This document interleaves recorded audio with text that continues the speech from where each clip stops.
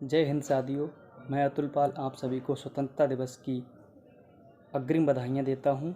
साथियों, वर्तमान समय में हर घर तिरंगा अभियान, जो कि माननीय प्रधानमंत्री महोदय द्वारा उसकी घोषणा की गई थी, आज़ादी के अमृत महोत्सव के माध्यम से आज़ादी के 75वीं वर्षगांठ के उपलक्ष्य में हर घर तिरंगा अभियान का आयोजन किया जा रहा है। साथियों, ये संस्कृति मंत्रालय भारत सरकार के माध्यम से संचालित एक कार्यक्रम है, जो कि 13 अगस्त से 15 अगस्त तक चलाया जाना है। तो वर्तमान समय में जो झंडा संहिता है उसमें कुछ बदलाव किए गए हैं। भारतीय झंडा संहिता 2002, उसमें बदलाव क्या किए गए हैं। नंबर 1 कि झंडा को दिन और रात दोनों समय फहराया जा सकता है। इससे पहले सूर्यास्त के बाद झंडा फहराने की अनुमति नहीं थी।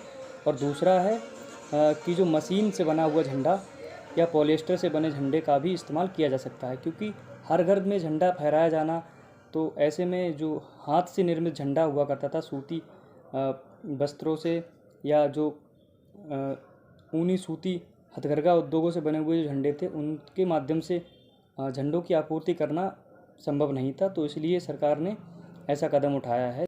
साथियों, हर घर तिरंगा अभियान एक राष्ट्रीय स्तर पर संचालित होने वाला बहुत बड़ा कार्यक्रम है। इससे पहले झंडा हमारे कुछ महत्वपूर्ण संस्थानों में ही फहराया जाता था, तो इसकी झंडा संहिता की बहुत बड़ा इशू नहीं था। लेकिन वर्तमान समय में हर घर तिरंगा अभियान चलाया जा रहा है, तो इससे हम सबका दायित्व है कि झंडे का अपमान ना हो। हमारे राष्ट्रीय गौरव का एक प्रतीक चिन्ह है, इसका अपमान नहीं होना चाहिए। तो साथियों, आप सभी से आग्रह है कि झंडा संहिता के जो नियम हैं, झंडा फहराने के जो नियम हैं, उनको सभी तक पहुँचाएँ, अवगत कराएँ, ताकि हमारे राष्ट्रीय चिन्ह का, जो राष्ट्रीय हमारा प्रतीक है, उसका अपमान ना हो सके। उसमें कुछ महत्वपूर्ण बिंदु हैं जिन पे हमें विशेष ध्यान रखना है, जिनका जैसे कि जो हमारा झंडा है कटा फटा नहीं होना चाहिए, ध्वज दंड जो है सीधा होना चाहिए, और जो केसरिया रंग है वो ऊपर होना चाहिए, झंडा उल्टा नहीं लगाना चाहिए, और झंडा झुका हुआ भी नहीं होना चाहिए।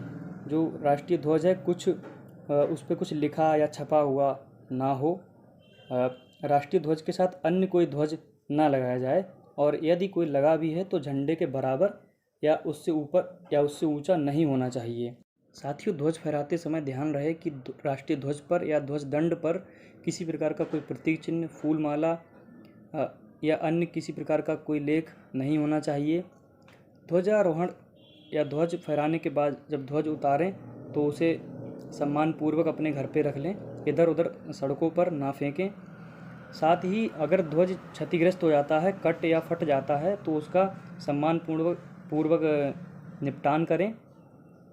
और साथ ही ध्यान रहे झंडे का अपने निजी उपयोगी वस्तुएं बनाने में ना करें उसका प्रयोग, जैसे रूमाल हो गया या थैले इत्यादि में प्रयोग ना करें। साथियों, राष्ट्रीय ध्वज में जो राष्ट्रीय ध्वज का आकार है उसका ध्यान रखें। सामान्यतः आयताकार होता है, लेकिन अनुपात उसका 3:2 यानी कि लंबाई 3 और चौड़ाई 2 के अनुपात में होनी चाहिए। इसे पानी में ना डुबाएं।